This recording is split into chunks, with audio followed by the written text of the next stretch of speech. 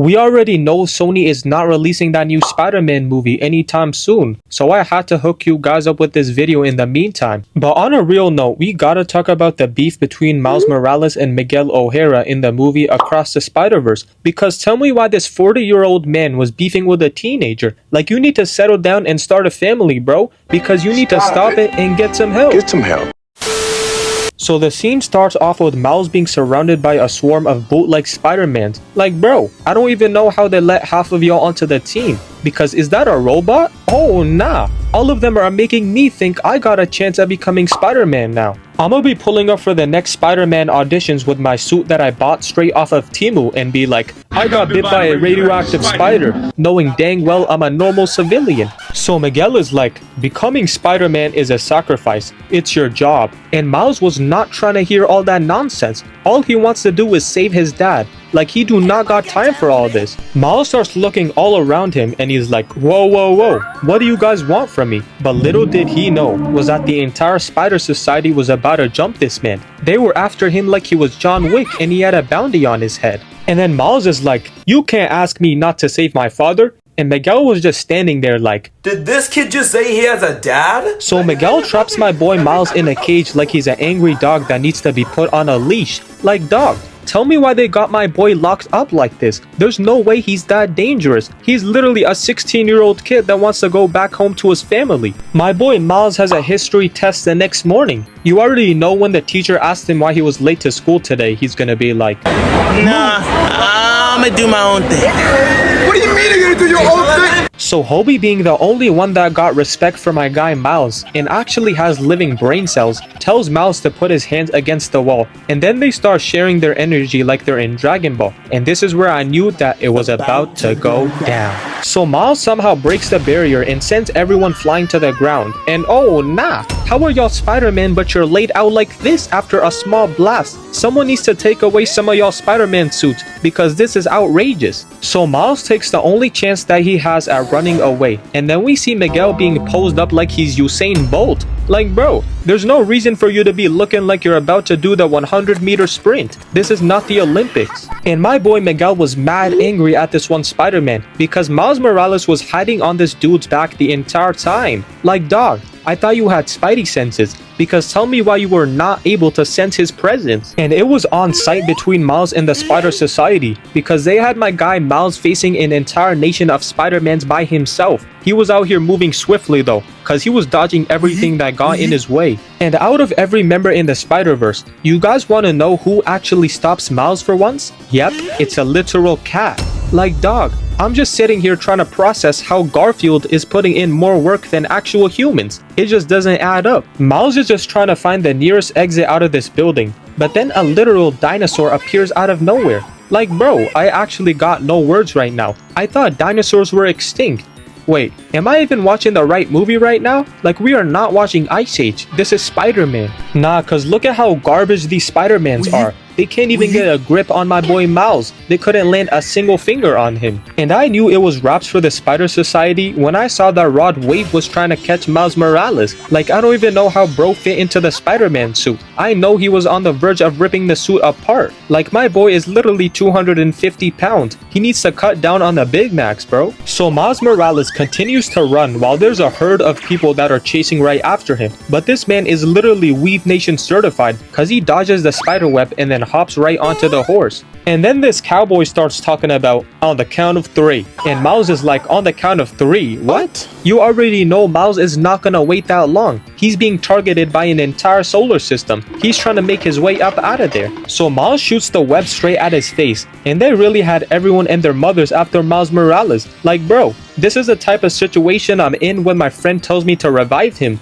Like, dog, how am I supposed to revive you when there's 1,000 people after me? I'm not getting you, bro. You can die. And then this Spider-Man on a wheelchair proceeds to pull out one of the worst, if not the worst quote I've ever heard someone say. Do you think spider people too often use comedy as crutch? Get it?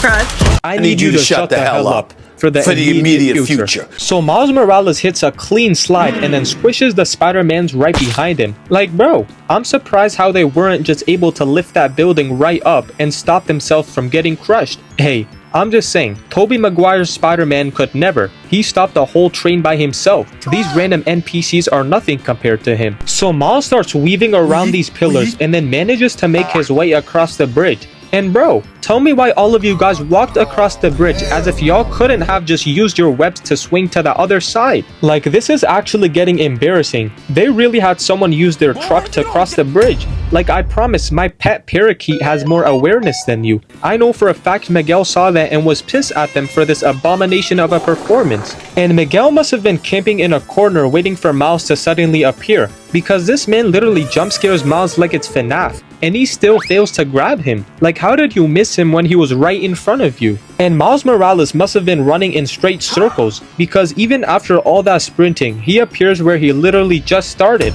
I know he was standing there pissing his pants, wondering how he was gonna escape with everyone with their eyes on him. There's no way out of this one. You're done.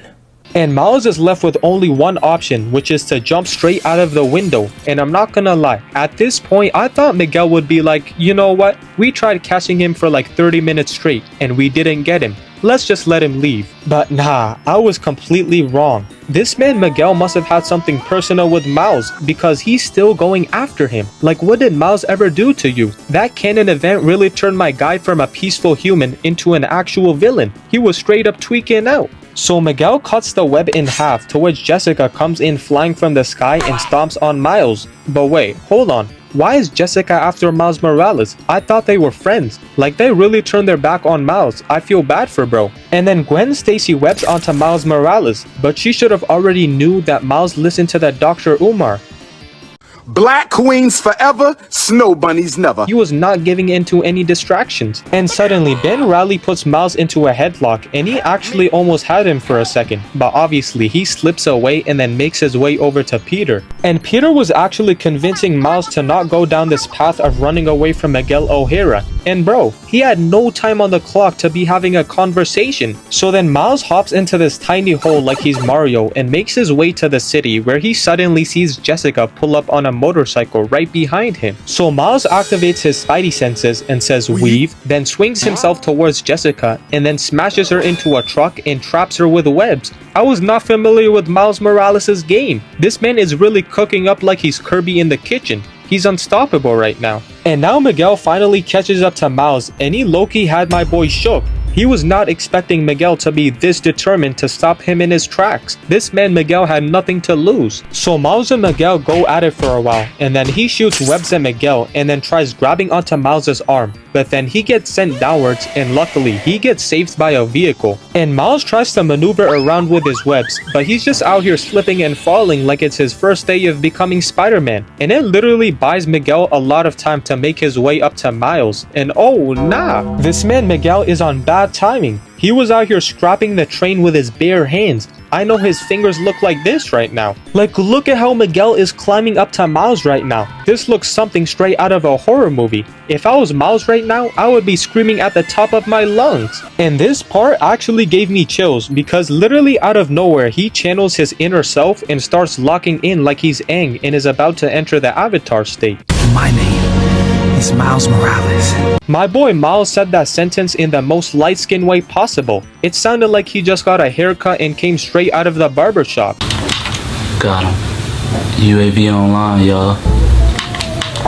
So Miles does a ballerina spin, jumps off the ground, and then charges up the most vile kick I've done ever seen. Like bro, look at this frame right here. His leg went all the way back to his elbow. Miles was really trying to end Miguel's entire career. Then Miles kicks him in the face, and you already know under Miguel's mask he was in complete pain. At this point, he was ready to crash out on Miles. So Miguel swings Miles downwards and then lands right on top of him, talking about, "You're an anomaly." Like, it's not that deep. Chill out. He really had my boy Miles fighting for his life. He was just sitting there like, What more do you want from me?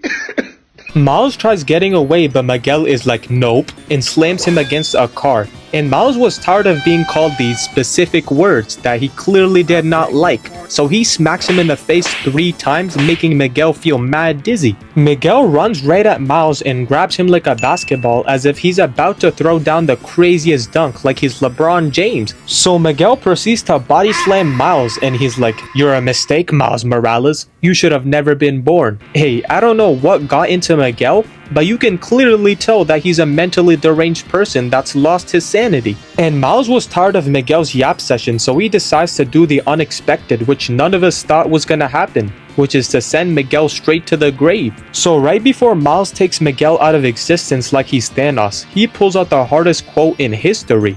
"Everyone keeps telling me how my story is supposed to go. Nah, I'ma do my own thing." I guess you could say that Miles Morales is just built different.